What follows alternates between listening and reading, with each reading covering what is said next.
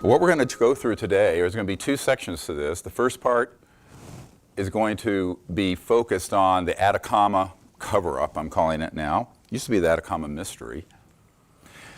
And the second part is going to be about the cosmology, close encounters of the fifth kind, and an understanding of how the cosmos actually operates. The first half, dealing with the Atacama skeleton, is an interesting phenomenon because it turns out there's not just one of these, but there are at least two. And I just got a report from Chile last night that multiple of these small creatures have been seen live and living in these foothills of the Andes in the Atacama region. The Atacama skeleton was found in this area of Chile. It is about 6 inches. I found it first saw it, I should say, in 2009. I didn't discover it, nor did I take it out of Chile, regardless of what the New York Times has been alleging. In reality, a treasure hunter found it in an old ruins of an Indian village in the foothills of the Atacama region in this area of Chile. Now, this is an area that the native peoples had reported seeing small people, which they call the Gentiles. It's an interesting term they use for them, for centuries and perhaps millennia.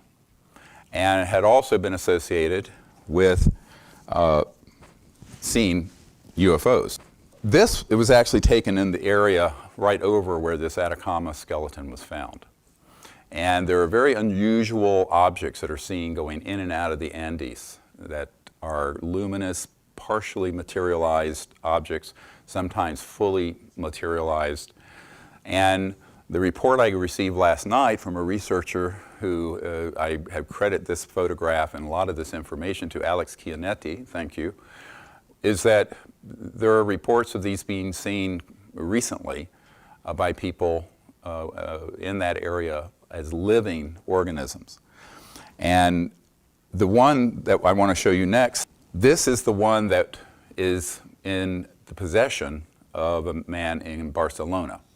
And he was a man who went to Chile, met the treasure hunter who had been sifting through these old ruins from the late 1800s, early 1900s in mining towns, looking for treasures, basically, old artifacts.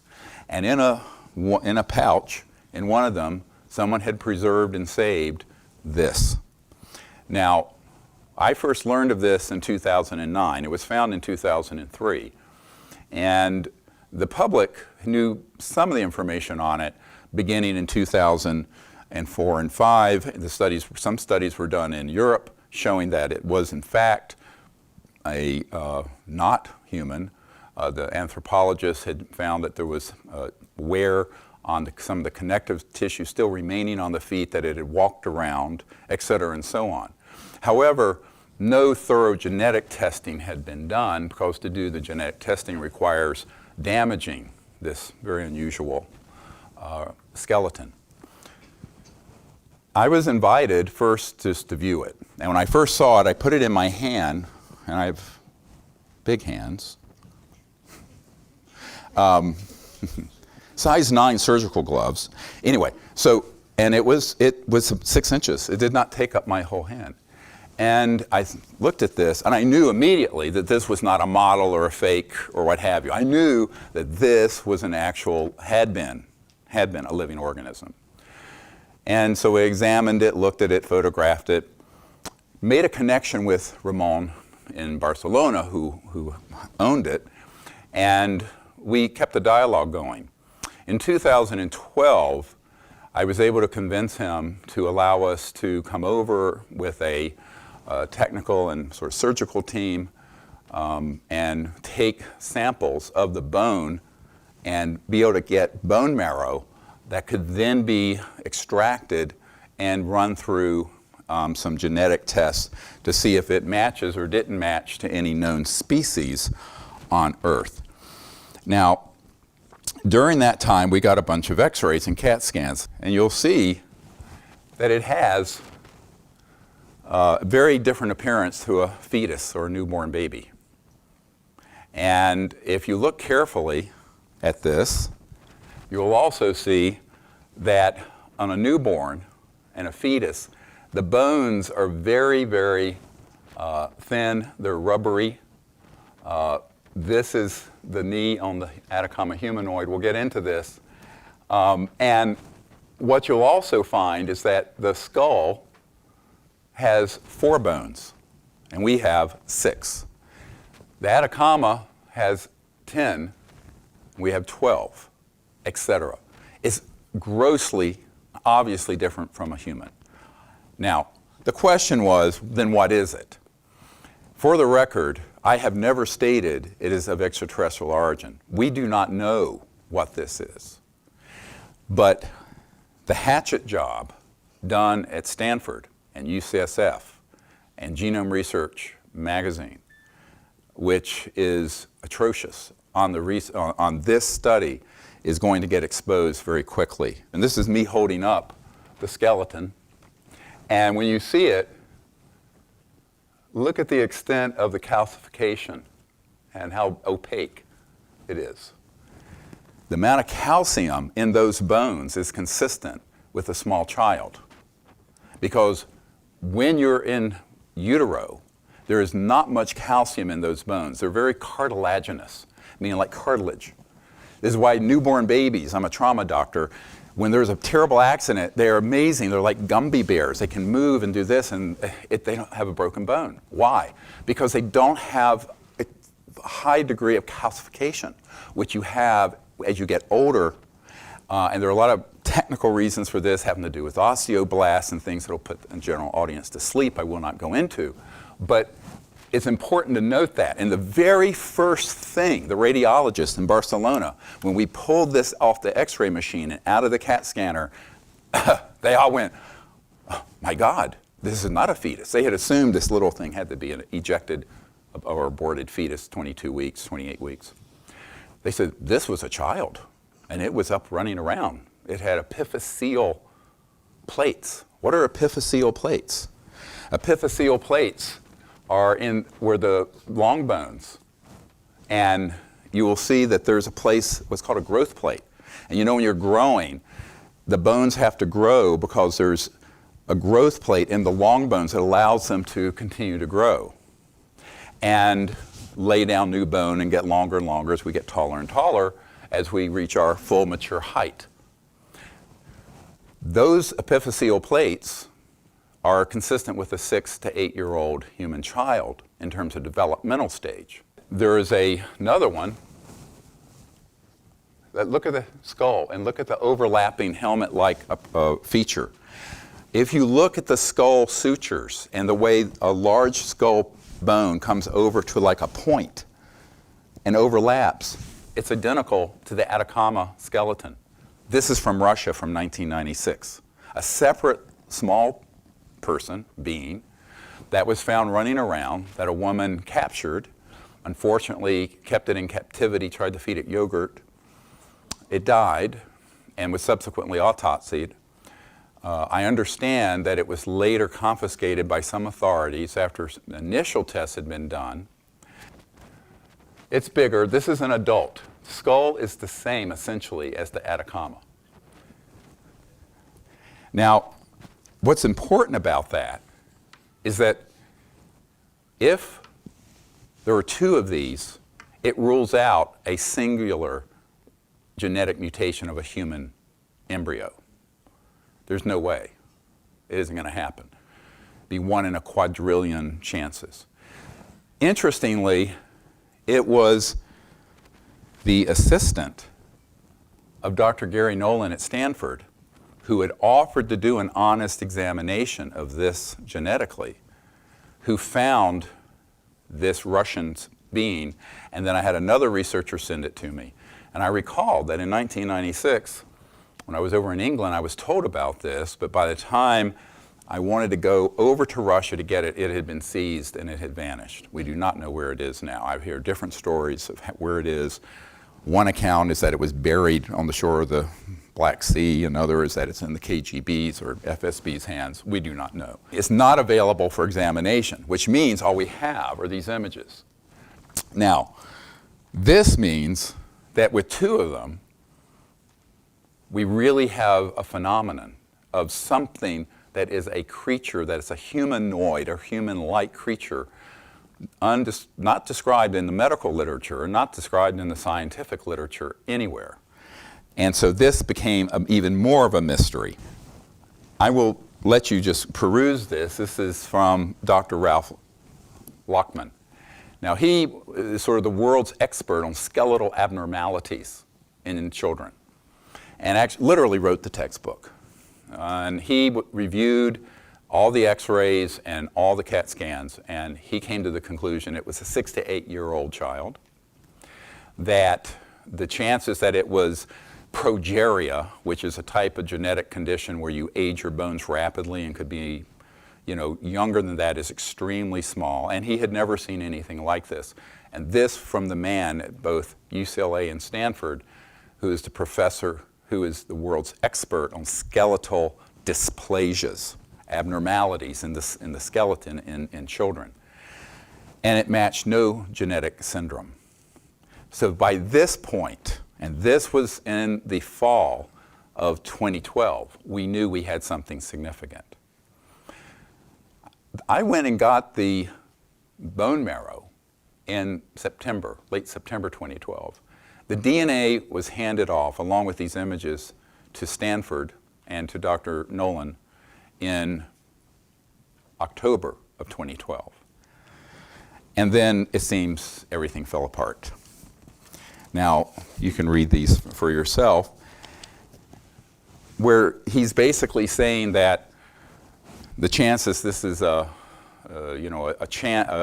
spontaneous chance mutation are infinitesimally small. And we had discussions where he said, essentially, we don't know what this is, but the chances it could be a mutation from just a singular event in a human embryo are infinitesimal. And we began to look forward to these genetic workups. And this is an extensive area of esoteric science. We're not going to go into the arcane nature of it. This was worrisome. 1 month later, a $3.2 million grant award, the Teal Award, was granted to Nolan and his lab from the Department of Defense. I have an assistant a supporter who found this. I did not know that until a few weeks ago. I thought, well, it's not proof of anything. It's worrisome because by the time he began to start running the genetic tests and workups, it seems that he had been told by someone to say it was a deformed human. And that's what you will read in the New York Times and on CNN and the BBC that came out in March. What was most worrisome, and I haven't talked about this until now, when Sirius premiered 5 years ago, April 24th, it made quite a stir. For almost an entire week, if this was the #1 story on the Huffington Post. The major news media, The View, were all contacting me to have interviews. Dr. Nolan went out to the public and stated, don't worry, it's a deformed human. The day of the premiere and the release of the movie Sirius, which many of you helped fund. Of course, I was shocked by this betrayal, since the work had not been done properly yet. All the evidence has suggested it was not, but it submarined the film. It submarined and torpedoed the entire launch of Sirius, which was part of our disclosure effort. And none of the mainstream media would cover this after that, because case closed, it's a deformed human. A year later, he's at the Society for Scientific Explanation. And we'll just take a listen.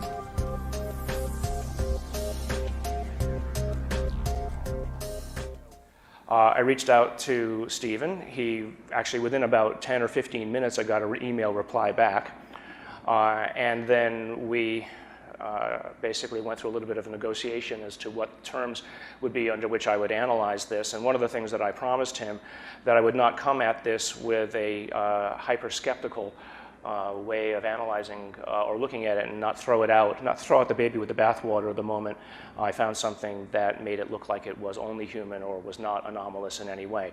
And to this day, I'm not going to. So I'm not going to make a pronouncement of what this thing is. I'm going to give you enough data to make your own decisions. Now, this is a year later.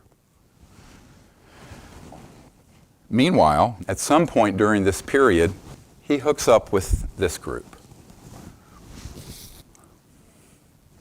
Now, this is a man who stayed at my home. He was one of the lead men in the group, Blink 182. I sort of mentored him when he was a young man, teenager and older. He flew me and 3 of my 4 daughters to a concert in Pittsburgh with him, and we hung out. Went to a Joshua Tree with him, with his band. And, you know, there are a lot of people in the music and film world who follow what we're doing, obviously.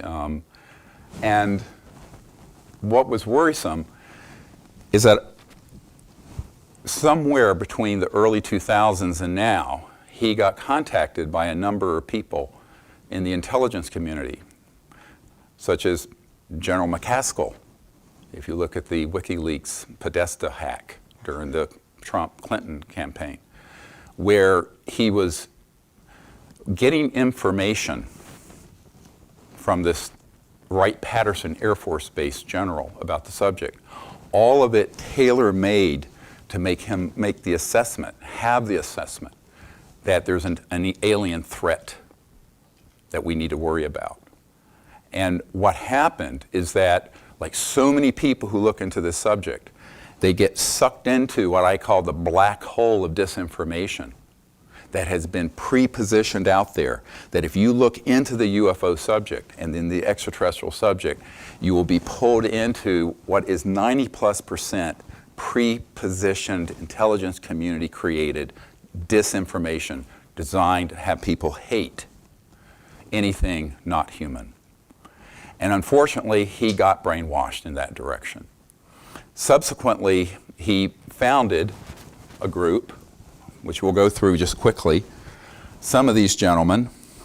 And what you find is CIA, Jim Simivan, you Putoff. Now, I've known about Dr. Putoff for decades. He does zero-point energy research. He's worked for every 3-letter agency.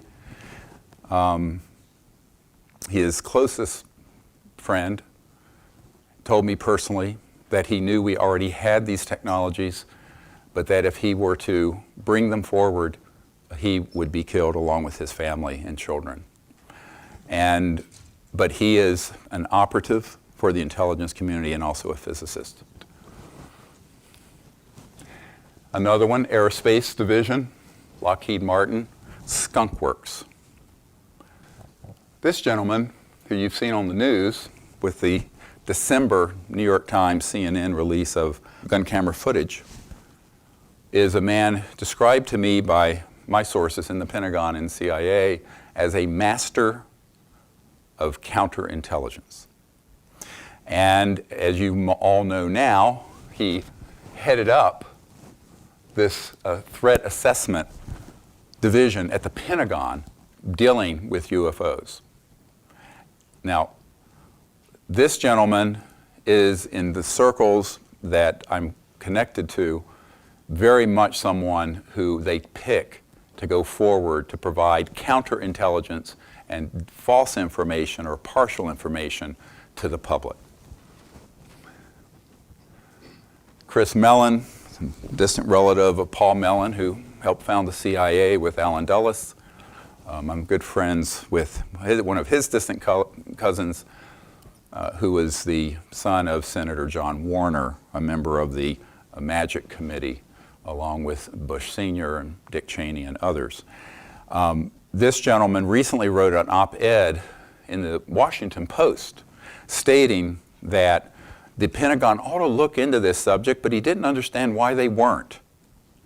Well, meanwhile, I know people who work in the Pentagon, in the Defense Intelligence Agency, and in every agency, in the sub-basement and other off-site locations that are reverse engineering extraterrestrial spacecraft that we have downed using electromagnetic weapons. And yet this man, who had been a senior official of the Pentagon, as well as on the staff of Senator John Warner, is writing op-ed pieces saying, well, we don't really know what this is. We'll call them UAPs, unexplained aerial phenomenon. Well, this is the new term instead of UFO, both of which are fake terms because they're not unidentified at all and they're not unexplained. They want you to believe it's unexplained and unidentified. It's not true. Mind control, using words to control how you think. And then, of course, my friend, who assured me that he would do an impartial study on this Atacama skeleton, who is a tenured professor at Stanford University and holds the Harris Chair, which is a $10 million endowed chair at Stanford. And I have met Tristan Harris, who is very well known in the tech world.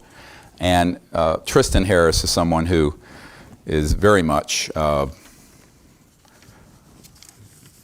aware of this subject. And we'll get into that in a moment. Let's go through the rest of these quickly. You can just see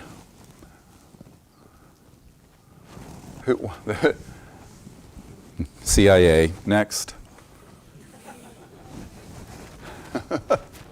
CIA, next. In the interest of time, we're not going to go through all these. Department of Defense, next. And on, and on, and on. Now, what's worrisome about this? Well, I heard as soon as this information came out in December, and it started being covered globally about this case off the California coast of jets with footage of a UFO zipping along and moving in a non-aerodynamic way. I was contacted by a source who's been with the CIA for 30, 40 years. And he sent me an email, and he said to me, he said, this is the rat pack that has been running scams, I'm quoting from the email, on the public and the US government for decades. But we hope their force will soon dissipate. It was very cryptic. I knew, by the way, before that film footage in December that was on the New York Times and CNN and other world media, that that was coming out and that this group was facilitating that release. But behind the release isn't just the information, because the follow-on interviews that these people have done have all been about a threat. It's all within the context of a threat. Why? Because if there's a threat, it supports a military, industrial, international cabal who wants a bigger enemy than the Taliban and ISIS to fight. And that's what's coming. And this is what you have to be aware of. This has been fast-tracked now. This is on a fast track, and I have that confirmed by the highest levels of the intelligence community. So come March 22nd, 26th, somewhere in that period, on the online version of this journal, Genome Research, is the article that submarines the Atacama humanoid, and with it, they wished my credibility. Now, what's important about this is that Genome Research magazine, it's associated with Cold Spring Harbor, which is where Watson and Crick, discovered DNA. Unfortunately, this journal, which is supposedly peer-reviewed, did not do any proper peer review of the article. And we can prove this now. What happened is that it turns out that this Genome Research is sort of a lower tier scientific journal compared to Cell or Nature or some of the others. But the authors were prestigious enough that they ran it through and published it and rushed to publish it. 5 years after Nolan had already told the media it was a deformed human. And in this article, he says, well, it's alien baby syndrome. There are 7 spontaneous all-at-once mutations that happened in utero, and that it's a deformed female fetus that was aborted at around 22 weeks. Absolutely not true. He also states that it was from 40 years ago that this skeleton had been sitting in the desert. The people who actually excavated it found it in strata of remains of an archaeological site dating from the late 1800s to about 1930. He also claims that we told him that it was thousands of years old, which no one ever did. We knew it wasn't. So there was one misrepresentation after another after another. And I knew something was very wrong when I was at one of my daughter's homes, and this had broken. We had a phone call from my wife's brother, who is an academic in Boston, and says, well, see, this thing your husband was pursuing, it's just all nonsense. It's just a deformed fetus. And I'm reading the article in the New York Times. I didn't know. I was shocked. I said, what? So somehow, this cabal that Gary's gotten connected to the Stars Academy, arrange for any bit of information that comes out will be on the front pages of the New York Times, Washington Post, CNN. Meanwhile, Unacknowledged, which is the top documentary in the world that actually exposes the truth about this issue, blacklisted and isn't covered. Very strange. This is when we had proof that the intelligence community completely owns the media. And they own them lock, stock, and barrel when it comes to anything this sensitive. And so we're on our own now, friends.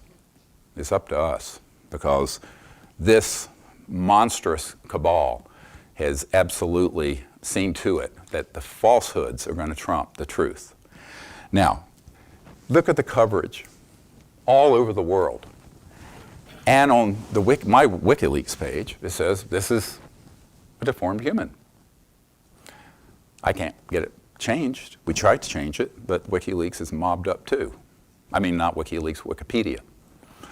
So what you find is that there is an orchestration of a release of information mixed with disinformation coming from what the CIA official calls the Rat Pack that's been running scams on the public for decades.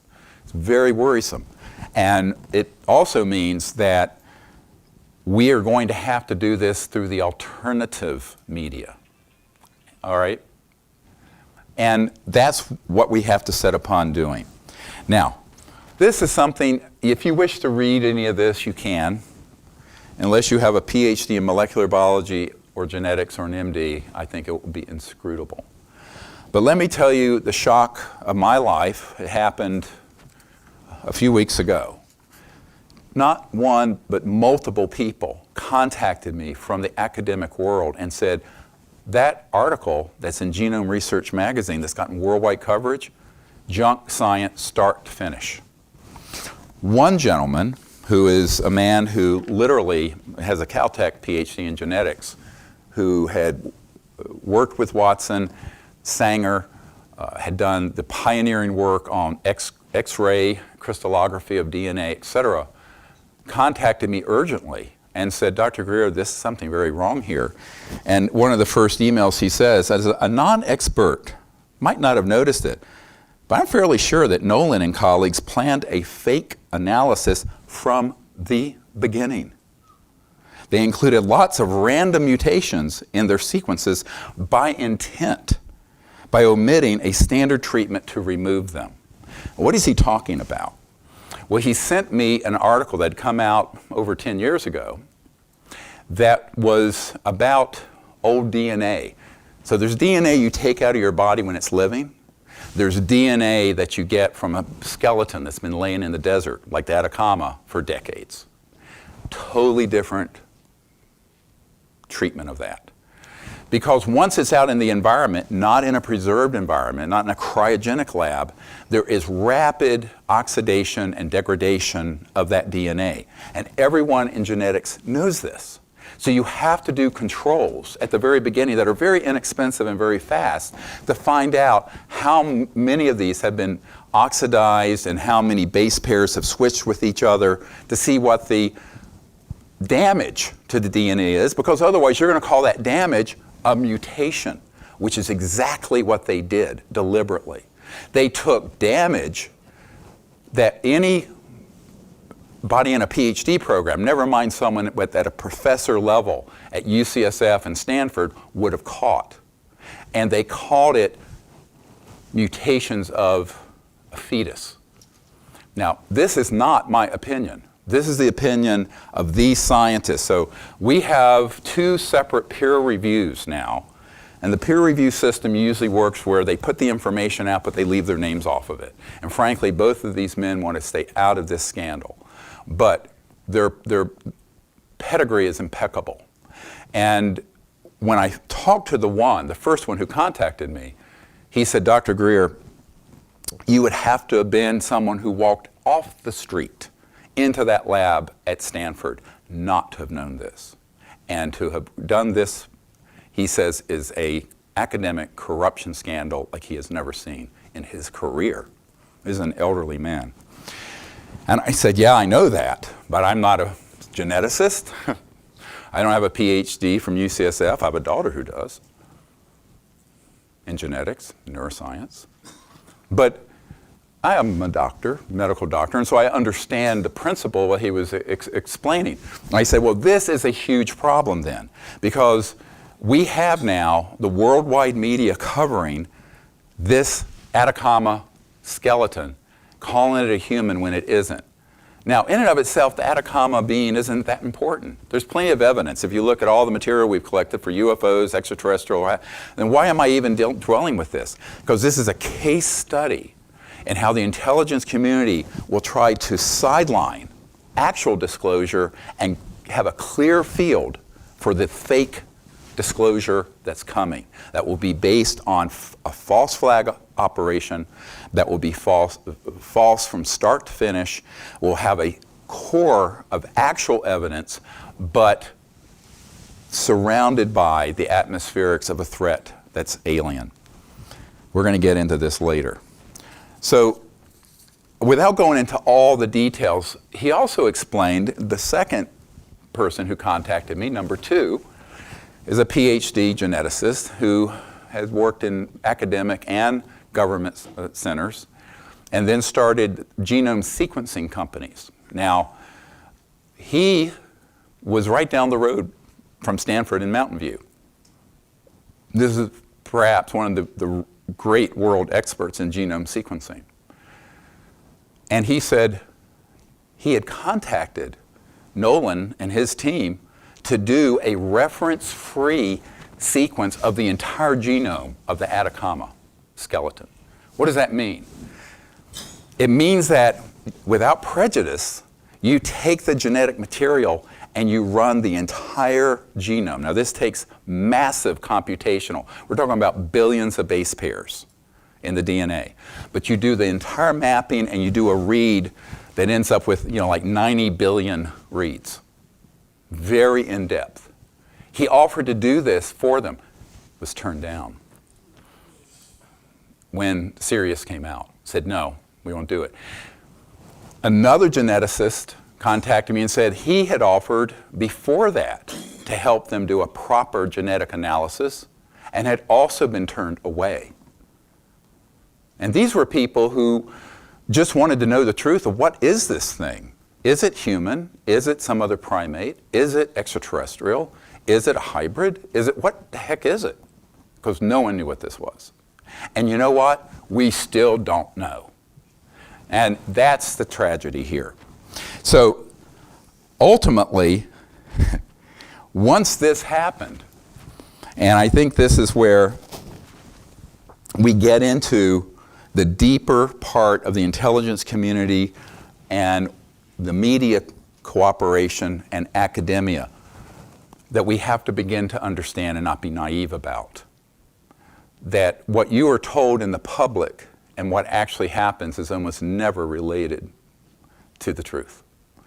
on any subject I've been intimate with and known the details of. None of it. So what we have to begin to understand, we're living in the Truman Show. We're sort of like going around, you know, it's like Jim Carrey in the Truman Show, you know that movie? And we think we know how the world works, how the government works, how the media works, or even what science is. We don't. We've been told absolutely a myth. And this is time for us to, it is time for us to change that once and for all. If we understand what these men are saying, and I understand that they're actually more blunt in person, where they say, this is corruption. This is scientific corruption. This was fraud at the beginning. Now, I don't know. What I'm saying is that we, and I have a letter in my possession here that I have just completed this week that is going to the provost of Stanford and to UCSF and to Cold Spring Harbor Genome Research. And in it, it's a 3-page letter that lays this out. And it is basically demanding that they return any genetic material to us, because we're not going to get more of it, that there be a retraction of this journal, that they reimburse us for, you crowdfunded tens of thousands of dollars to go over and do this study on this. The public did. And we have all been deceived. And this needs to be corrected. So this is also going to go to various federal agencies, because I have a mole inside UCSF, University of California, San Francisco, who I will not name, who is discovering that there apparently have been misuse of federal dollars in this endeavor. So this could end up being a massive scandal. So I'm asking for the academic corruption of this to be investigated, to see where the science went wrong, and to find out how the cherry picking of the DNA happened. What do I mean by that? Well, one of these gentlemen, the genome sequencing expert, just one example, this is one out of pages and pages of material these experts have sent me. We're diploid, right? You know, we have 2 sets of chromosomes, our alleles are diploid. Well, there are ones that are triploid. They have 3. The Atacama, it turns out, had 360,000 triploid reads. They were all thrown out and dismissed as not important. Now this is in the data if you drill down into the attachments to this paper. Now normally if you were to take a read and you had 90 billion reads on a fresh human DNA sample, there might be 200 that just happen due to programming error or something. Yeah, out of 90 billion, you're going to have that. This is 360,000 triploid on only a small amount of DNA they studied. The other thing they did was to extrapolate on a very small amount of the DNA sequence the entire genome of this creature instead of running the entire genome. So instead of a 90 billion read through, there were 509 million. So that's a fraction, like 0.2%. And then there's this mystery. When the first initial run was done, I was contacted by Nolan, and he said, this is only matching 89 to 91% with humans, and maybe less than that by the time we do deeper reads. The head of this genome sequencing company, about the time the film Sirius came out, when he called Nolan at Stanford, was told it was down to 70 to 80%. Now it's believed it may be a fraction of 1% matching. It is not at all what we've been told. Now, I'm not going to drill down in a public setting with all the esoteric genetic sequencing technology, but one thing that has been said by all the scientists who've looked at this is that deliberate cherry picking of the data was done, antiquated techniques and technology was used, even though state-of-the-art was offered. And then you have Nolan hooking up with this group filled with CIA and Department of Defense people, publishes this in a little-known journal that gets worldwide media coverage on something this obscure. Why? because as the father of the disclosure movement globally, they need to neutralize me. And if they won't do it through an assassin, they'll do it this way. So that's what this is actually about. To that end, we won't go there too far, but we have to understand there's nothing new under the sun with this. And I just want to show you the kind of coverage that happened from this counterintelligence master at the Pentagon, Elizondo. Now, some of you may have seen this on CNN. Purpose of the program, Advanced Aerospace Threat Identification Program, was really designed to do just that. From a national security perspective, identify those things that we see, whether we see them electro-optically, we see them with radar, we see them as eyewitness reports, through a myriad of different ways and avenues that we receive the information, and try to ascertain and determine if that information is a potential threat to national security, in a nutshell. So what did you find? Well, we found a lot. I think it's probably been a little bit mischaracterized in some of the social media you see and what people put out, because a lot of times when we don't have a lot of information, we tend to fill in those gaps with what we think is logical. And there's still, by the way, a lot we really don't know. I think what's important is that we have identified some very, very interesting anomalous type of aircraft. Let's call them aircraft. Things that don't have any obvious flight surfaces, any obvious forms of propulsion, and maneuvering in ways that include extreme maneuverability beyond, I would submit, the healthy G-forces of a human or anything biological. Hypersonic velocities, low observability, positive lift, again, seemingly in defying the laws of aerodynamics. I will tell you unequivocally that through the observation, scientific methodologies that were applied to look at this phenomena, that these aircraft, we'll call them aircraft, are displaying characteristics that are not currently within the U.S. inventory, nor in any foreign inventory that we are aware of. So I know you're being clear, but I mean, the answer is yes. I can't speak on behalf of the government. Obviously, I'm not in the U.S. government anymore. My personal belief is that there is very compelling evidence that we may not be alone, whatever that means. Basically, in this interview, he's talking about this case. But there's also this implied, well, we don't really know what these are, but it's a UFO, it was a craft. And now this is someone who has worked in compartment operations dealing directly with extraterrestrial information. And yet he will say partial truths to the public. The key here is you don't lie about everything, you just lie about the most important things. Because if you can coat the poison pill with enough truth, people will swallow the rest of the message, which is there's a threat from outer space. And that is what is happening. Next. So along comes this movie, came out a year ago.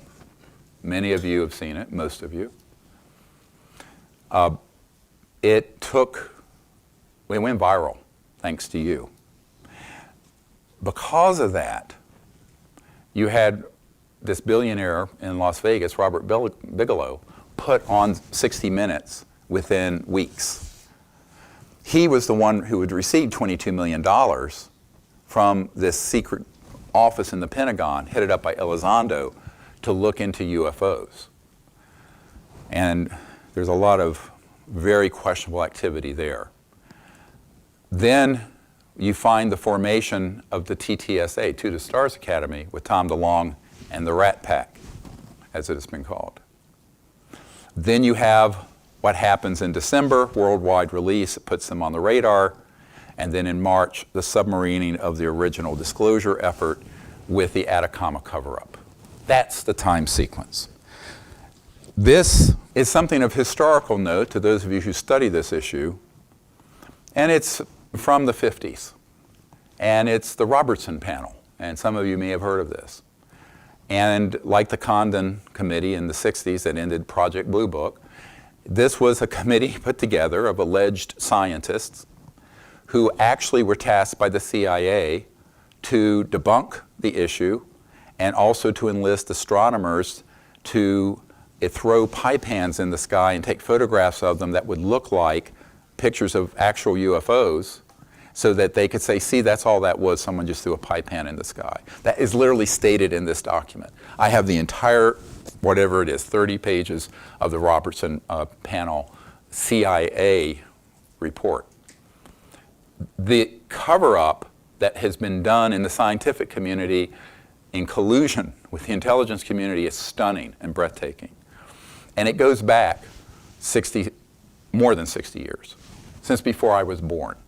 So this is not a new phenomenon. Unfortunately, it is the oldest trick in the book.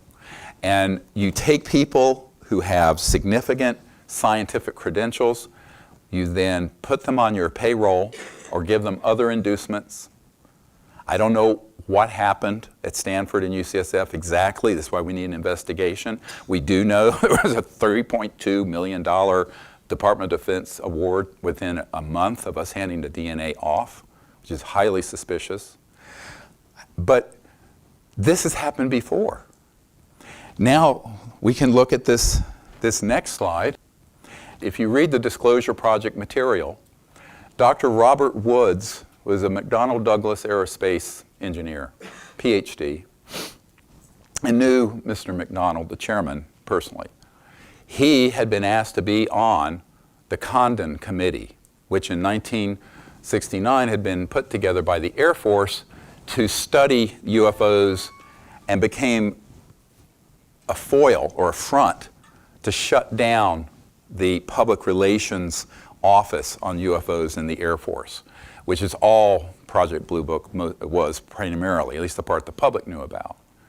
And Dr. Woods was actually bringing hard evidence, like we have brought forward, that the UFOs are real, some are interplanetary, here's the evidence, here are the radar tracings, here are the landings, here's all this evidence.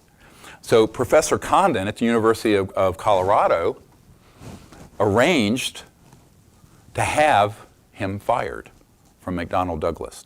He personally went to the chairman of McDonnell Douglas Aerospace and said, I want this man fired, and tried to terminate his career for bringing the truth to this alleged scientific study at the University of Colorado. This is a fact. I have a CIA document that states that Dr. Condon was on the payroll of the CIA and that this could not be known by the public. All the while, the media, the academic community, the ivory tower people are going, see, this committee of esteemed astrophysicists and astronomers and scientists have studied this, there's nothing to it. So they shut down Project Blue Book.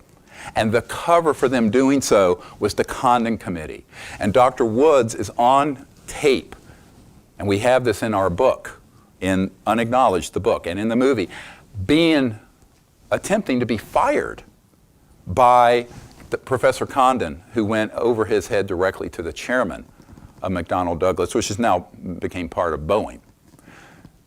Luckily, Mr. McDonald liked Dr. Woods, did not fire him, and kept him on, but he was thrown, Dr. Woods was thrown off the Condon Committee. And so I became friendly with several of them, Roy Craig and a couple of the others, and I concluded that this was not an objective study. So I wrote a letter to Condon suggesting that it might be helpful if he would establish his group in two parts and have one of believers and one of disbelievers and let both of them go to work with their angles.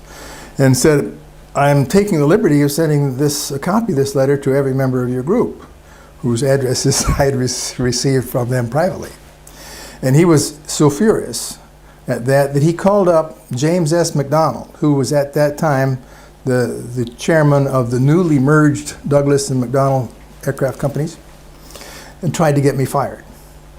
Really. I found this out 3 years later from my boss, who apparently, number one, reported that McDonnell said, I don't like other people meddling in my business. So that was nice to hear from the CEO. And he asked the usual question, well, what did he do? And the answer is he wrote a letter. And he wrote a letter that had been approved through my management, because that's what I did. So there too, anyone who didn't stay with the party line of what the intelligence community wanted them to say, who were academicians, scientists, were thrown off the committee.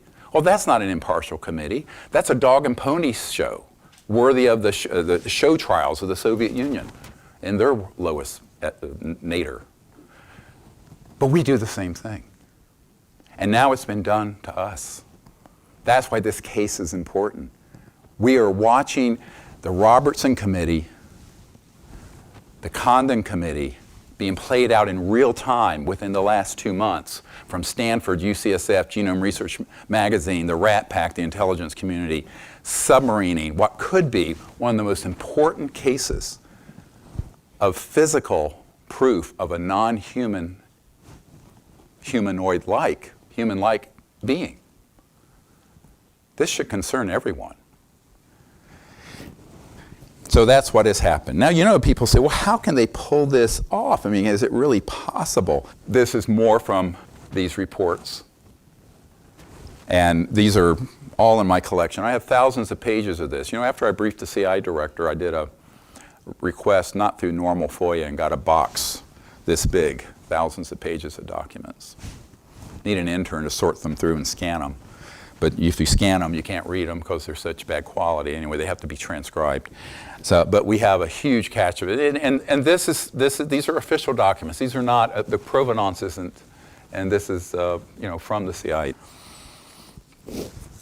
And we have two more interesting clips. And this man, who is himself a counterintelligence agent, many people don't like that we used his testimony in the unacknowledged film, but he is trying to come clean on a lot of things. And in it, he talks about, in this particular segment, the Air Force and Office of Special Investigations out of Kirkland Air Force Base over here in New Mexico, that they would, you know, bring cash to pay off national and local news editors, particularly ones dealing with national security, to get the story they wanted from the media. He did this personally. Bags of cash, satchels of cash. And he stopped short of saying how much, but he said large sums, very large sums. So every news agency, every television, radio station in the Albuquerque or Santa Fe area had our snitches in there. So we knew, and we paid them. We paid them good money. One of the reasons you get the people is you pay them. And that was controversial. That was somewhat controversial. Do you know of national media that have had some? Yes, yeah. I'm not going to name them. Yeah, the high-level producers and directors, yeah. And how were they paid so that it wasn't? Cash. Yeah, you pay. What you do is you make them sign a form and you tell them, you got to report this to IRS. But whether they do it or not, you're not going to give your form to IRS. I paid. I better not say. Some of them are large. So the media has people within it who are really on the payroll of the intelligence community, who are posing to be impartial journalists, and they are not. And in this next slide, you'll see that in Unacknowledged, we have a gentleman who is a constitutional attorney, Daniel Sheehan, who says when back in many years ago, he was involved in the Pentagon Papers and representing the New York Times in the civil case with that. And he states point blank that he saw a document with 42 people on the payroll of the CIA who were senior editors in national security, writers and editors for the major media around the world on the payroll of the CIA. There's a finding that the Pike Committee made that they had verified 42 full-time Central Intelligence Agency paid employees that were inserted inside the major national news media centers. And most of them ended up being the so-called national security reporters. I know reporters for Time magazine who've told me specifically that they've provided the stories and their editors have spiked them. So how hard is it for them to pull a stunt like this? Induce or threaten someone, and they kind of have big sticks and big carrots to say whatever they want them to say, and then hit a button and it's global news on CNN, New York Times. That's what's happened. And I think anyone, American, British, because this is a worldwide story happening, should be deeply concerned at this level of corruption in academia, in the media, and in government. Because it means that we do not have a chance until we call them out on this, and this is what we need help. I'm calling for investigators and people who are top legal litigators, lawyers, to join with me in taking this issue on, because this has the opportunity of exposing the modus operandi, the means of corruption that has been going on for 60 or 70 years by these folks. And it's time that we get to the bottom of it. So here we have this little Atacama person, and I think that I want to go through what I think really we have lost as a civilization. This, what I did in the last hour, is just give you the big picture. Now I want to drill down. What if this is some other type of being, not human or extraterrestrial? Maybe it's one of the wee people they talk about in Ireland. Who knows? I mean, I'm only half joking, because in the interest of science, if you're going to be a scientist, you're supposed to pursue the truth. You don't say what something is before you've begun your investigation, which is what happened here. So I wanted us to take a step back and realize how profound the damage to science and also to the media and to our freedoms of this sort of thing happening. Because when you have geneticists of the caliber who have come forward saying this had to be faked from the beginning, this is academic corruption, this is the worst junk science they've ever seen. By the way, there are 10 other PhD molecular biologists and geneticists who have looked at this research who said it's just complete, they didn't want to waste the time on it. It was so obviously false. They didn't want to waste their time, because it takes days and days and days to drill down on the data and on all these files. Now, who's paying any attention? The writers at the New York Times? No, they're told, go cover this story, they cover it. They don't know, they're just sort of cogs in the machine.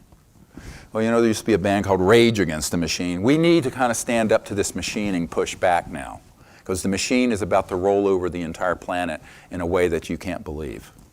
And the thing that I'm most concerned about right now is that there are no checks and balances except the Disclosure Project, which I founded back in the 1990s. But the National Press Club was 17 years ago this month, on May 9th. And what I have found is it's been hijacked by a number of elements in the intelligence community and people who are just, frankly, posers and clowns. The problem with that is that because we know that we have proven in the last 12 months that a film like Unacknowledged, which is very hard-hitting, evidence-driven, military witness testimony, photographs, documents, it's all going to be blacklisted by the mainstream media, right? But it doesn't mean we can't succeed, because thank God there's the alternative media, and there's you and me, and we can do it and just bypass CNN and bypass the New York Times. But it means that we're going to have to do some strategizing to do that well and to do it effectively. Because we need at least 1% of the global population to begin to awaken to this. 1%, 75 million people. And why is that? Because they have found that in scientific quantum physics phase transition studies, you need about 1% of a substrate. The best I like is the superfluidity in helium, where at a certain, getting down to near absolute zero, you have this effect where you have coherence of molecules that line up in a container of helium. And when about 1% is reached, the entire, now, just before this, it becomes very violent, very unstable, very chaotic, and then bang, at that 1% point, there is coherence. Massive field coherence. We need that 1% coherence. 75 million people globally. In this country, it would be, 1% of 330 million. That's 3.3 million. So the only way we're going to get there is to get the truth to that number of people and get them moving in the same direction coherently. Does this make sense to you?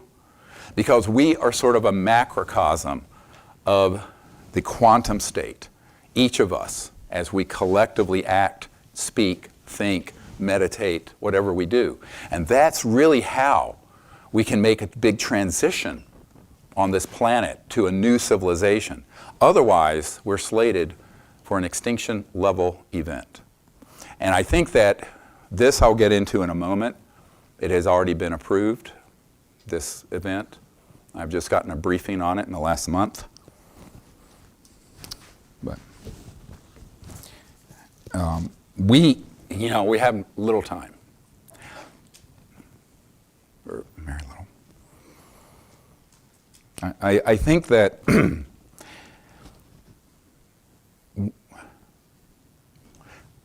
we, the people of the planet, are going to have to take control of this from the fascists. I was sharing in the green room before I started with some friends that there's a man who I've been working with for a year and a half or so, who's a son of a member of this committee, this magic majority intelligence committee. And his family included, he's the grandson of Paul Mellon.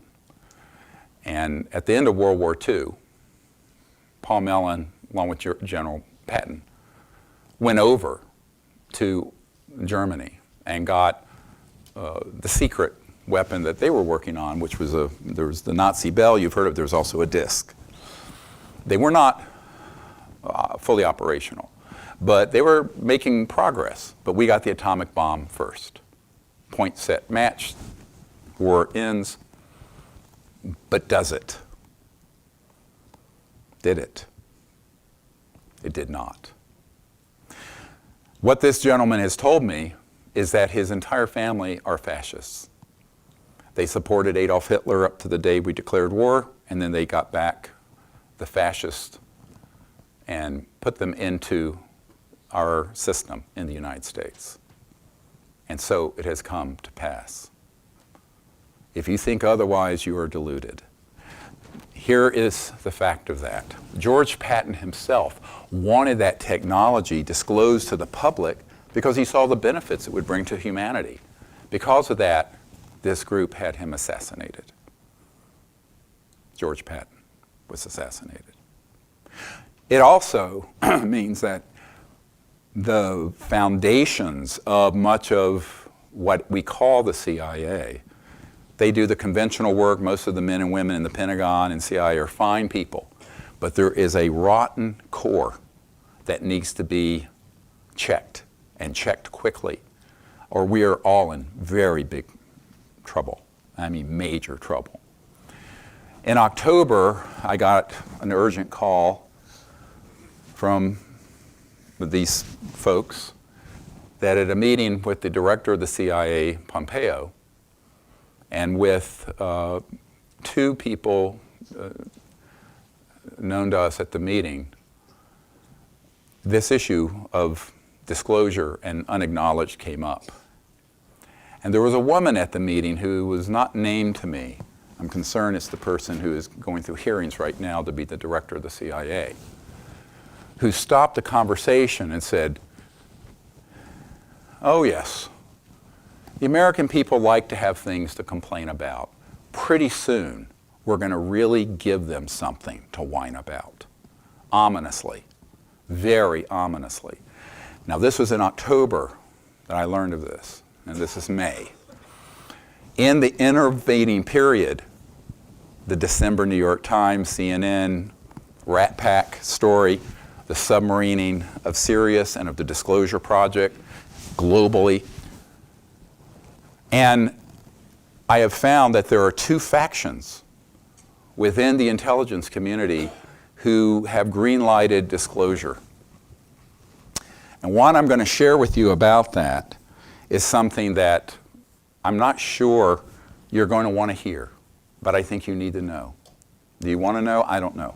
I mean, often what I find with people, they say they want to hear the truth. I said, I feel like that movie, A Few Good Men with Jack Nicholson, you can't handle the truth. You know, he gets all excited. I think we have to handle the truth.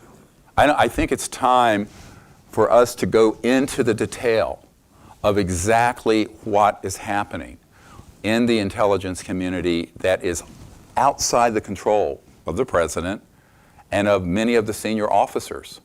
These are operations that are not, they are unacknowledged, and they are not under legal supervision and control. And they are a government, as Senator Inouye said, of their own making. They have their own Air Force, they have their own Space Force, they have their own Navy, they have their own funding mechanism. I'm paraphrasing from Senator Inouye, talking about this deep, covert program. How are we going to address this? I think we have to address it by bringing out as much information as we can and being sure that the public is aware of what the truth is about the fact that we're not alone in the universe, but also what is the fakery and what is being done to manipulate it. Now, because I've done two things to beta test my theory about the national security state and the media. One was the 2001 National Press Club event. Not all of you know this story. That was done as, sorry about that, that was done as a launch of something we had started in 1993 when I was asked to brief President Clinton, CIA director, by some folks. And contrary to what sort of the buffoonery in the UFO subculture, the so-called Rockefeller Initiative had nothing to do with Rockefeller. It was called Project Starlight, which I founded with some people to end the secrecy, which Lawrence Rockefeller, the philosopher of the family, wanted to see happen, but David Rockefeller did not. Chase Manhattan Bank and the J.P. Morgan Chase. I have shared very little of the inner workings of what happened and all the betrayals that happened to Lawrence and to me during that period.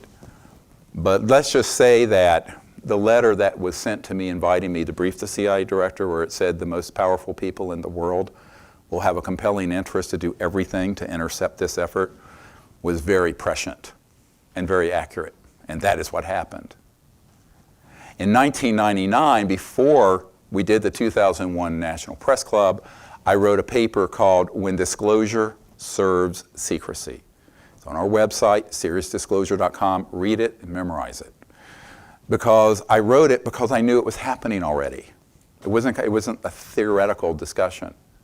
That the effort at disclosure would be hijacked by elements who would then spin it in the direction of a threat or an eschatological crisis, an end of the world sort of thing, apocalyptic, which is what we'll talk about after the break. And that's what has been green-lighted and approved as of about 30 days ago. So,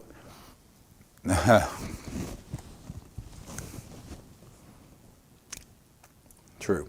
Now, when we did the 2001 press conference, it was covered globally, briefly. And then all the media in the world were ordered to take it down. The grandson of James Jesus Angleton III, the man whose signature is on the document about Marilyn Monroe just before she died, that's in the book, Unacknowledged, called me up and said, you know, you've moved up our timeline 12 years of what we were planning to do. This was 17 years ago. And I said, yes, I'm aware of that. We're disrupting some very big plans. that were hatched in the 40s and 50s. And if we don't direct the outcome, it will be an extinction level situation for humanity. So this is a very serious discussion now. Now, everything I'm going to share with you I've known since 1993, 94. It's hard.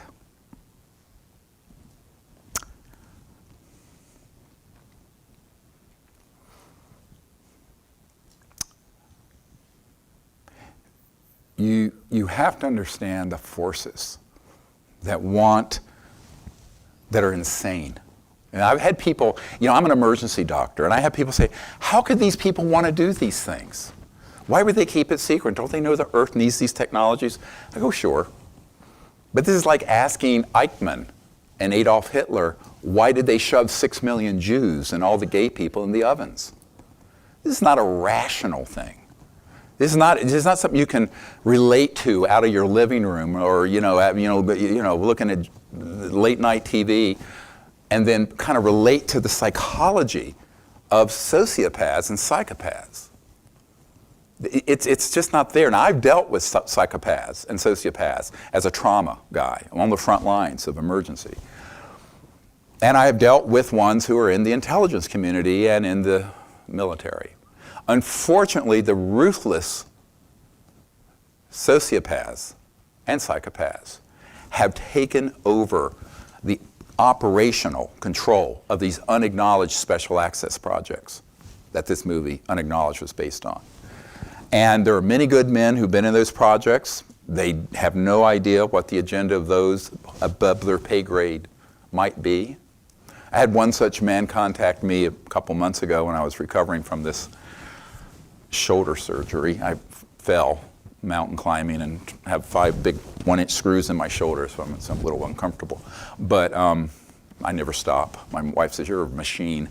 Anyway, but jock injury number 60 I've had. But the point is, this guy sends an email in and we contact him and he says, oh yeah, you're quite right about what happened to Bill Colby back in mid-90s when he was going to get one of these zero-point technologies to us and some seed money, about $50 million, to get it out to the public. But what you don't realize is that I know the man who authorized that assassination. And of course, he told me, and it's somebody, a name you would all know. I'm not going to mention it here. But I said, yes, I know that those are folks who did not want one of their own at that level defecting. And so they were taken out, which is why I do things in this sort of strange and mysterious way I do them now. It was not wisely set up, and it was set up against my best advice to this CIA director, Colby. He wanted to do it clandestinely, like a spy would. I said, no. You do it in front of the entire world, the whole world watching in real time. He wouldn't do it. I have a former president that I'm hoping to get a admission about all this from fairly soon. There's a lot happening, but what I'm afraid of is that the more we step forward, the more this group is going to try to accelerate the false flag. And I think it's time for you guys to understand, leave the buffoonery of ufology behind you. Almost everything you know and have studied has been pre-positioned weapon of mass disinformation destruction of your consciousness. There is a need to do a very deep drill down on what is the agenda that's actually operating at this point, right now. Because the factions that want to do a quasi or official disclosure are competing with each other and racing to do it. One involves elements in the public with the Rat Pack, to the Stars Academy. The other you wouldn't know about. One is a National Security Agency official, and the other is CIA. And it involves some extraordinary technology. And I'm going to go through this in the second half of this workshop, because you need to understand what our human capabilities are. And it might explain, this is why these are my closing remarks, it doesn't seem related to the Atacama, perhaps what this Atacama being is. You've all been taught that matter and energy is primary. In reality, the field of consciousness and thought and these other dimensions are primary and manifest this dimension. Does this make sense to people? You have to turn everything around that you've been taught, completely invert it. And in order to understand that your physical body even is actually supported by what the mystics used to call the astral body and the body of light and the conscious field and all of this. But so is this podium, and so is this planet, and so is space and time. Now, this is beautiful knowledge, and it's ancient knowledge. The Vedas knew it, the Native Americans knew it. Every ancient tradition knows this. And at the core of almost every spiritual tradition, there is some of this information that's, it may be a residual amount, but it's there. Now, the science behind this has developed rapidly over the last 60 years. And it can be used like any technology for good, but it can also be used as a weapon. And the weaponization, for example, of interdimensional portals is not theoretical. It has already happened. And this is a serious problem. So we're now looking at something like this Atacama humanoid, which, again, no idea what it is. It would point certainly to not being human.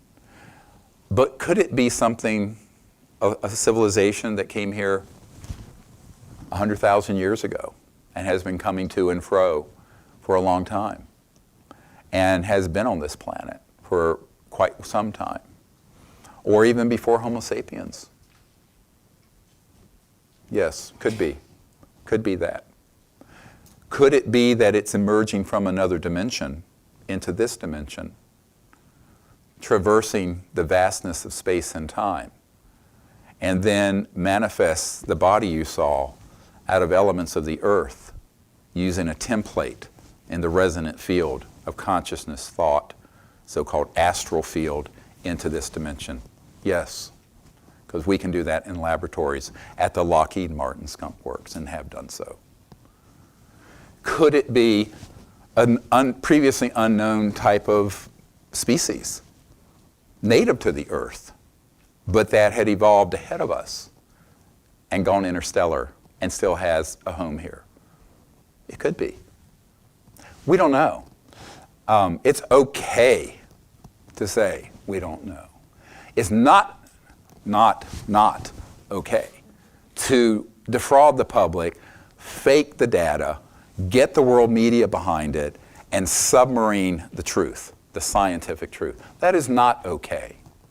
And that's what we need your help, because the reason this whole Atacama scandal, and the reason it's also very radioactive, the scientists who've looked into it, is that if they have done what I've been told by these senior scientists they've done, this would rise to one of the biggest cases of academic and intelligence community and media collusion and fraud in U.S. history, period. Which, as I mentioned at the beginning, in and of itself, the Atacama being is not that important. There's so much other evidence. But as a case study that we could then use to peel back how these guys are operating, it could be dispositive. It could be proof. And that's why I'm making a call now, today, at 3:30 Pacific time, through this webinar, for an investigative team and a team of scientists and also attorneys to come forward to pursue this aggressively and very quickly. Now, the letter that I have that will be going to Stanford and UCSF and Cold Spring Harbor and Genome Research, it will go out next week. It will then be on our website along with the attachments, which are the full comments from these peer-reviewed scientists.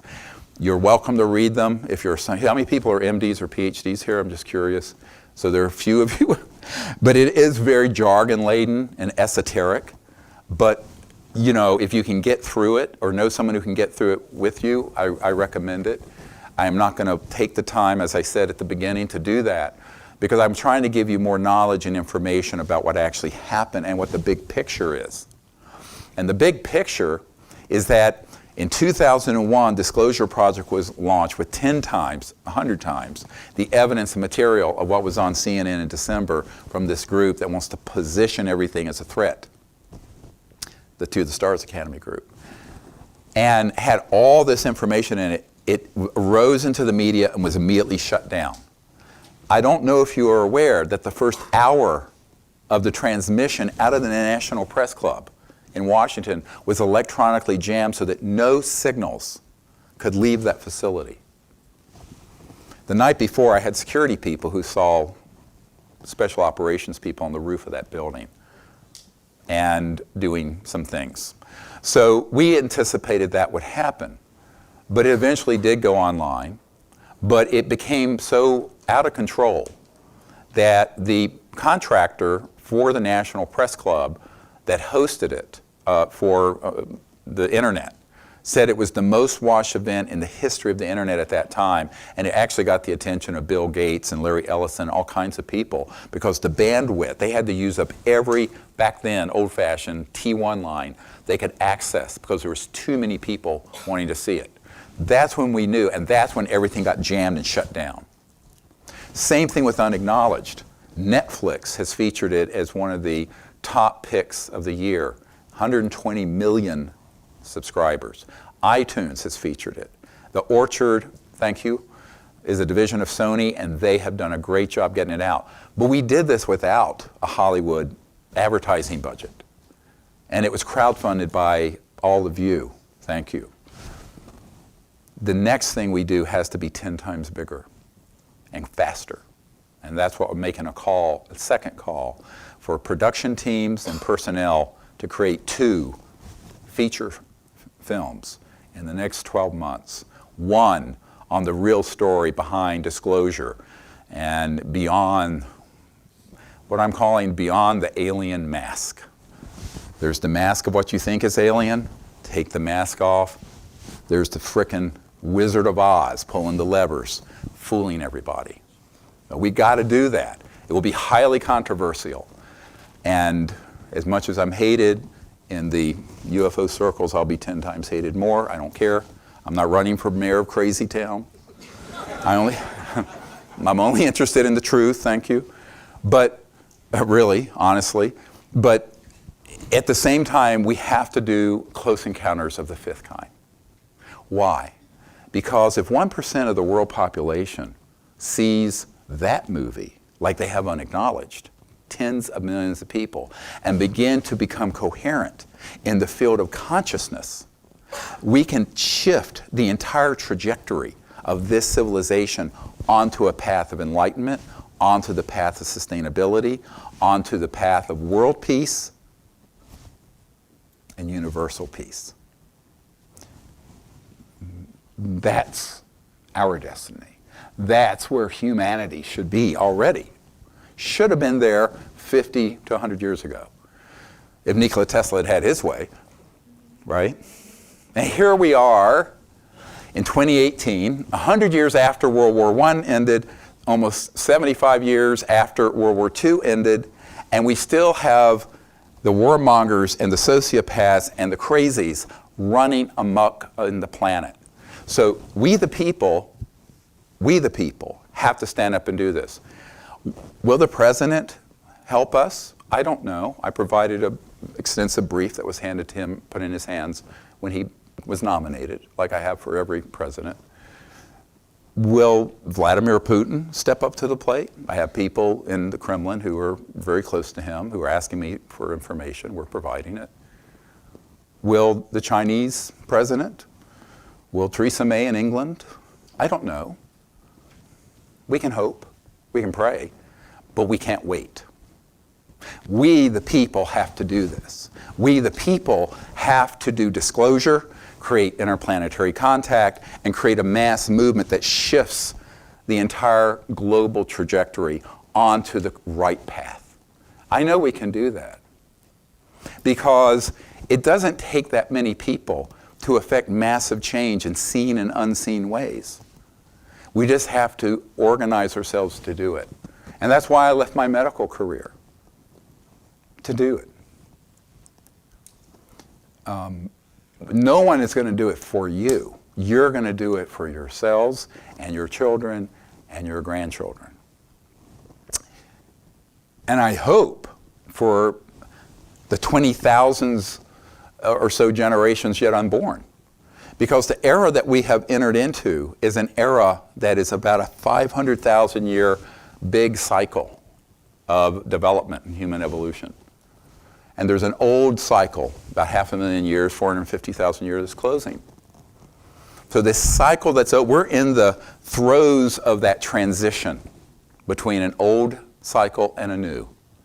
And some people say, well, it's the end of the world. I say it's the end of the world as we know it. Not the end of the world literally. People have misinterpreted all the scriptures. And it's the beginning of a new civilization. And that's where we are. But people who have interests in the old order, whether it be petroleum, war, controlling the masses, certain belief systems in religious orders, they don't want to see this change. And there are many people who have much to lose with a change this large. You know, some years ago when I was dealing with Neil Armstrong, a good friend of Neil Armstrong and Buzz Aldrin, about what happened when we landed on the moon. We weren't alone when we landed, as you know. But along came this guy, and I was looking into, with Mark Carlotta at Goddard Space Flight Center, these strange structures on Mars, and also Buzz Aldrin pointed out on the moon, Phobos. And this man came up to me and identified himself as a senior scientist at Jet Propulsion Labs. And he said, you know, we can't let that information out. And I said, what do you mean? Why not? It's old. These are old structures. There's some operational facilities underneath the surface of Mars, I was told by the head of Army Intelligence, but these old structures would just show evidence of civilizations that may be millions or tens of millions of years ago, or longer. He says, no, you don't understand.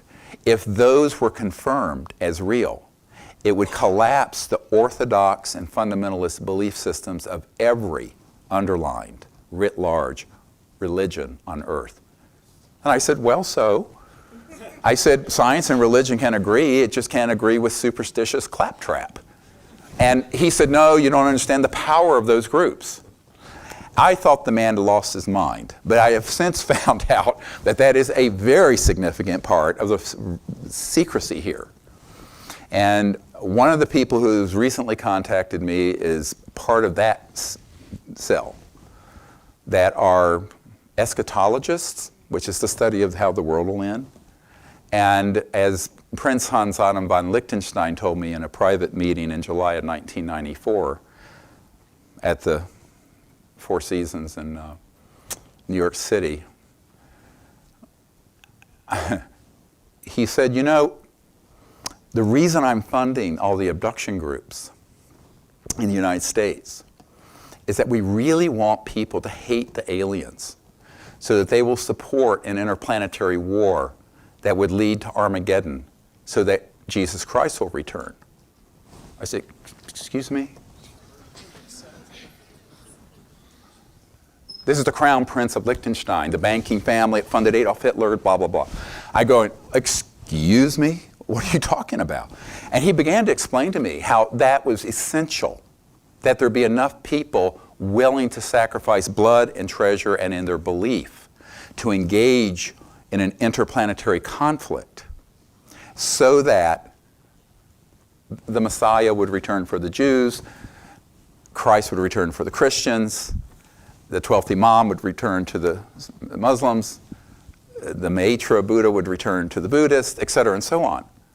I said, well, this is the craziest damn thing I've ever heard. But they want to set that up, and that's what they're doing. Now, if I had heard this from someone who was low on their lithium level or Haldol in the ER, but this is a man of immense power and wealth, hobnobbing with the elite of the world and who is on this committee. That was in 1994. Okay, this is 24 years on. What I'm trying to explain to you is that this is a huge story, much bigger than what we can portray in Unacknowledged or have. That's with training wheels on. The next movie, let's take the training wheels off. Okay, you want to? Who wants to do it? Let's do it.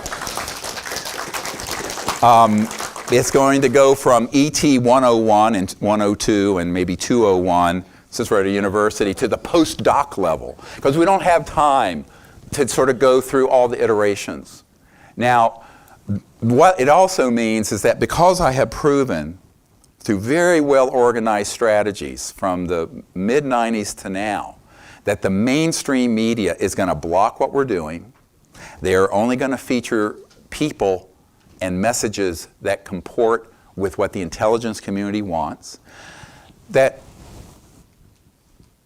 I have proven that over and over again, and if nothing proves it, it's the success of Unacknowledged and it being blacklisted from, you wouldn't believe the things that have happened for it to be taken down out of media reports and out of algorithms on Google search and everything, and it's still the #1 in the world for the last year. Why? Because people are ready for the damn truth, and we got to give it to them.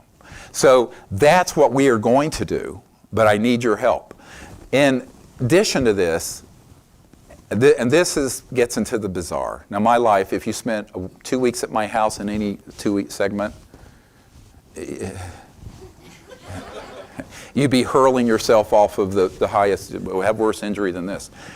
But I have been asked in the last couple of months by a person with very close ties to the Kremlin and someone with very close ties to the national security system and the president to write an announcement speech for them.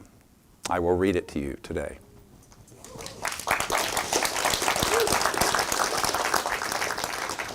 It's a draft. I did it at 5 a.m. this morning. ER docs just push through, just go, go, go, go. It's like military ops, go, go, go, go. But it's interesting because I was asked to do it. These people don't know each other, and they both separately have come forward. I'm going, why are you asking about this now? They said because they understand that this has been authorized.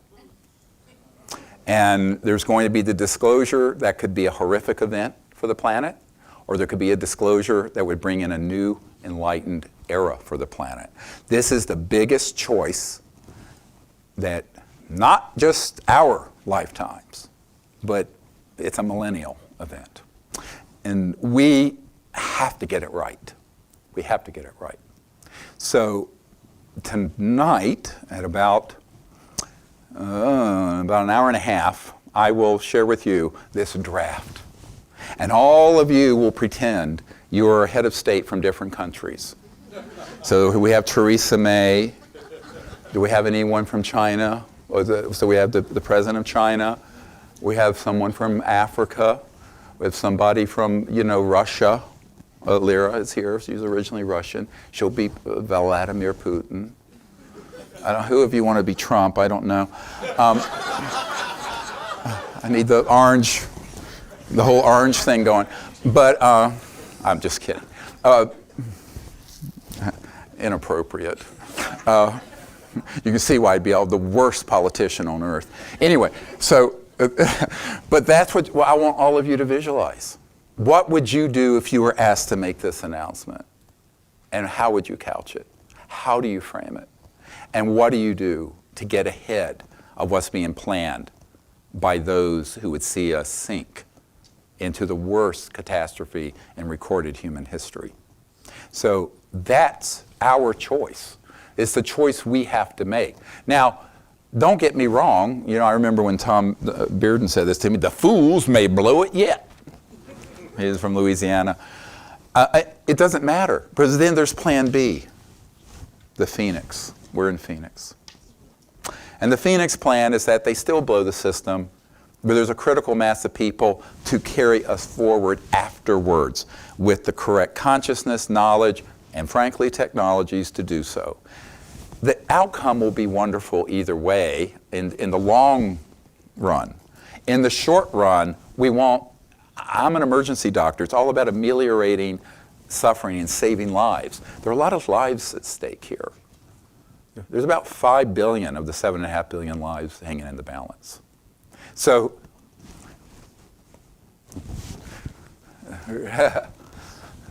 someone, yeah, they were, and that's true. That's an accurate number. So what we have to do is figure out, do we want to divert and, pull our civilization to something that really will be amazing? Because imagine this.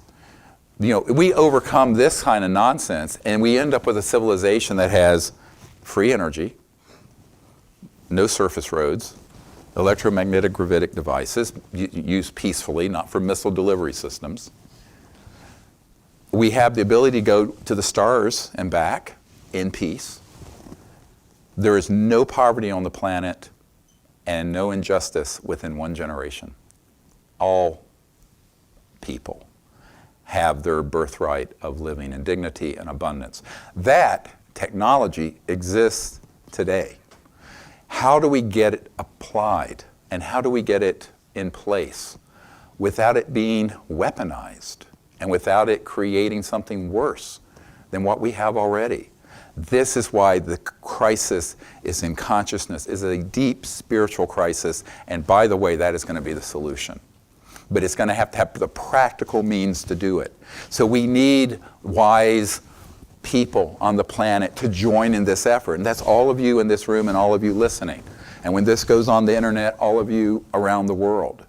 Because there's simply no way one person's going to do this, or one president, and in fact, I will tell you how many times I have had meetings with senators, heads of states, heads of royal families who go, this is too big of an issue for me to deal with. I don't want to deal with it. You deal with it. And kick the can down the road. That's what's been going on for 70 years. We cannot do that any longer. And I mentioned that when I first started this project, I was a young doctor and I had 4 little kids, the ages of my grandkids now. So I have seen a generation of this go on, and I've learned a lot, and I've made mistakes, but we gotta get it right this time. We have to, because at this point in history, there is no way we can pass this on to our grandchildren. We don't have until 2050 or 2100 to fix the big biosphere problems and geopolitical problems and proliferation of weapons and conflict. All of that has to come to a head. And we have to find a good outcome for this. Now, we can do it. I have full faith that people working in concert, in coherence, from the heart and the mind and with a great purpose can achieve great things. Let us not forget, we're in the United States, but people are listening from around the world. The ragtag people who were called revolutionaries in 1776 were unfunded, had very little weapons, didn't even have uniforms, and were going up against the mightiest superpower in the world at the time, the British Empire and that Navy. And they prevailed with the help from France and some other people. We have to realize that this is a similar situation, except it doesn't have to be a violent revolution. It has to be a revolution in thought, action, disclosure, organization, and putting forward the best of humanity to not only each other, but to these extraterrestrial civilizations. That's what they're waiting for. In the next 2 hours after our break, that's what we're going to focus on. is what can we do, you and me, all of us together, to make contact with these civilizations as ambassadors to them, and to create a liaison between human civilization and these other civilizations, not waiting for the UN or the president to do it. Now, we hope they do. And you know, heck, a broken watch is correct twice a day. Might happen. But I wouldn't bet the future of humanity on it. I would bet the future of humanity on those of you in this room and those listening. Because most of the people of Earth are good people. Most of the people on Earth want a good future if they have the tools, the knowledge, the information, and the tools to do it. And that's what we have to give them.